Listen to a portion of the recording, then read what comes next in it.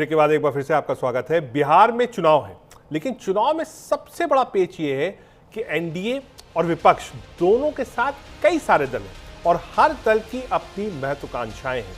इसलिए seat sharing का जो काम है वो दोनों ही दल बीजेपी और कांग्रेस के लिए इतना आसान नहीं होगा। बिहार में एनडीए गठबंधन की सीट शेयरिंग को लेकर तस्वीरें थोड़ी थोड़ी साफ हो रही हैं। मुख्यमंत्री नीतीश कुमार के दिल्ली दौरे के बाद विधानसभा चुनाव में सभी 243 सीटों को लेकर गठबंधन दलों के बीच सहमति बन रही है। जेडीयू को अगर बात करें तो 102 सीटें, बीजेपी को 101 सीटों पर चुनाव लड़ेगी। चिराग पासवान की लोक जनशक्ति पार्टी रामविलास यानी एलजेपी को 20 सीटें मिलेंगी। जीतन राम मांझी की हिंदुस्तान अवाम मोर्चा यानी हम और उपेंद्र कुशवाहा के राष्ट्रीय लोक मोर्चा आरएलएम को 10 सीटें मिल सकती हैं। फिलहाल सीटों के बंटवारे को लेकर आधिकारिक घोषणा नहीं हुई है। संभावना जताई जा रही है कि एनडीए जल्द ही प्रेस कॉन्फ्रेंस कर सकती है। हालांकि कौन सी पार्टी किन सीटों पर लड़ेगी इस पर मंथन चल रहा है। इस दौरान जेडीयू और बीजेपी में 1-2 सीटों का अंतर हो सकता है। इस बार भी भाजपा जदयू से कम सीटों पर चुनाव लड़ेगी। अब तक जो जानकारी सामने आई है उससे इस पर मुहर भी लग रही है। 2020 के विधानसभा चुनाव में भाजपा 110 सीटों पर लड़ी थी, उसे 74 पर जीत मिली थी। वहीं जेडीयू 115 सीटों पर लड़ी थी और 43 सीटों पर जीती थी। सूत्रों के मुताबिक इस बार जदयू 102 और बीजेपी 101 पर लड़ेगी।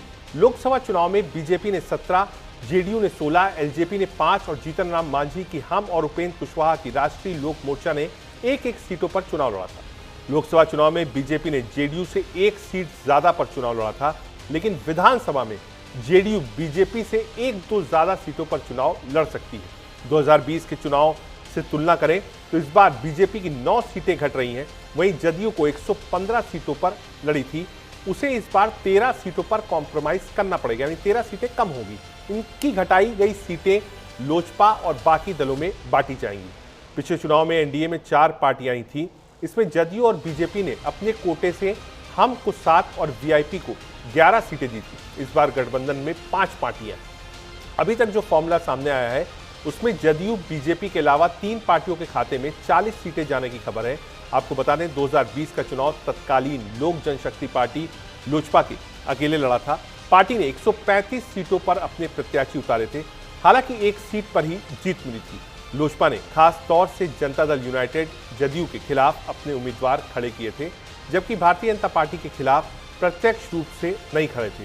हालांकि जून 2021 में लोजपा में टूट हुई और पशुपति पारस की पार्टी राष्ट्रीय लोक जनशक्ति पार्टी रालोजपा, जबकि चिराग की पार्टी लोजपा रामविलास है, जो इस बार के चुनाव में एनडीए का हिस्सा हो सकती है।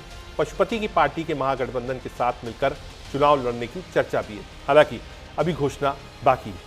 2020 के बिहार विधानसभा चुनाव में उपेंद्र कुशवाहा की पार्टी राष्ट्रीय लोक समता पार्टी रालोसपा ने 99 सीटों पर अपने प्रत्याशी उतारे थे, लेकिन पार्टी को कोई सीट नहीं मिली। रालोसपा ने 2020 के चुनाव में महागठबंधन जो राजद और कांग्रेस के साथ था को छोड़कर grand democratic secular front GDSF बनाया था, जिसमें बहुजन समाज पार्टी, समाजवादी जनता दल डेमोक्रेटिक और अन्य छोटी पार्टियां शामिल थी। इस बार कुशवाहा की पार्टी राष्ट्रीय लोक मोर्चा एनडीए का हिस्सा है। पार्टी को गठबंधन में 10 सीटें मिल सकती हैं। 2020 के बिहार विधानसभा चुनाव में मुकेश साहनी की, मैं एक बार पीसीआर से कहूंगा, एक ग्राफिकल रिप्रेजेंटेशन भी हमारे पास है 2020 का और 2025 चुनाव का। एक बार पीसीआर उसको प्ले करें। चुनाव में मुकेश साहनी की विकासशील इंसान पार्टी वीआईपी ने राष्ट्रीय जनतांत्रिक गठबंधन एनडीए के हिस्से थी। पार्टी ने 11 सीटों पर चुनाव लड़ा था। वीआईपी को बीजेपी ने अपनी 121 सीटों के कोटे में से दी थी। आपको 2020 की फिगर्स बता रहे हैं। जेडीयू 115, बीजेपी 110, हम 7 और वीआईपी 11। अगर आप 2025 जिस पर अभी बात हो रही है, 2025 में क्या कुछ आंकड़ा रह सकता है? जेडीयू 102, बीजेपी 101, एलजेपी 20, हम 10 और आरएलएम को 10 सीटें मिल सकती हैं। ये एक संभावित है जिस पर चर्चा हो रही है। हालांकि लास्ट मूवमेंट तक जो रीजनल पार्टीज हैं वो सीटें ज्यादा चाहती हैं, जिसमें उनका से ज्यादा हो जब रिजल्ट आए। क्या कुछ कहना है चिराग पासवान की पार्टी का इस मामले में? सुनाते हैं। देखिए, इसमें आप याद कीजिए जब हमारे संस्थापक हमारे बीच में थे और हमारी पार्टी बनी थी लोक जनशक्ति पार्टी 2000 में, तब से लेकर के आज तक हमारी पार्टी ने, चाहे वो लोक जनशक्ति पार्टी हो या लोक जनशक्ति पार्टी रामविलास हो, कभी भी बिहार विधानसभा चुनाव जनता दल यूनाइटेड के साथ हम आज तक नहीं लड़े हैं। ये हमारा इतिहास रहा है। ये पहली बार होगा इतिहास में कि लोक जनशक्ति पार्टी रामविलास और जनता दल यूनाइटेड पहली बार बिहार विधानसभा चुनाव में एक साथ उतरेंगे। तो ऐसे में अगर मैं अपनी व्यक्तिगत राय बताऊं तो हमारी पार्टी का, आप याद कीजिए कि 2015 में हमारी पार्टी 43 सीटों पर एनडीए में बिहार विधानसभा का चुनाव लड़ी थी और 2020 में हम लोग 137 सीटों पर हम लोगों ने उम्मीदवार उतारे थे। मेरे हिसाब से मेरी पार्टी के लिए, ये मेरी व्यक्तिगत राय है कि मेरे हिसाब से मेरी पार्टी के लिए सम्मानजनक सीटों का बंटवारा इन्हीं 2 सीटों के आंकड़े के बीच में ही होना चाहिए। देखिए, इसमें आप याद कीजिए जब हमारे संस्थापक हमारे बीच में थे और हमारी पार्टी बनी थी लोक जनशक्ति पार्टी 2000 में, तब से लेकर के आज तक हमारी पार्टी ने, चाहे वो लोक जनशक्ति पार्टी हो या लोक जनशक्ति पार्टी रामविलास हो, कभी भी बिहार विधानसभा चुनाव जनता दल यूनाइटेड के साथ हम आज तक नहीं लड़े हैं। ये हमारा इतिहास रहा है।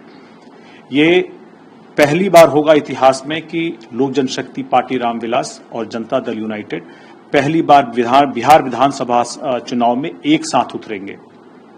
तो ऐसे में अगर मैं अपनी व्यक्तिगत राय बताऊं तो हमारी पार्टी का, आप याद कीजिए कि 2015 में हमारी पार्टी 43 सीटों पर एनडीए में बिहार विधानसभा का चुनाव लड़ी थी और 2020 में हम लोग 137 सीटों पर हम लोगों ने उम्मीदवार उतारे थे।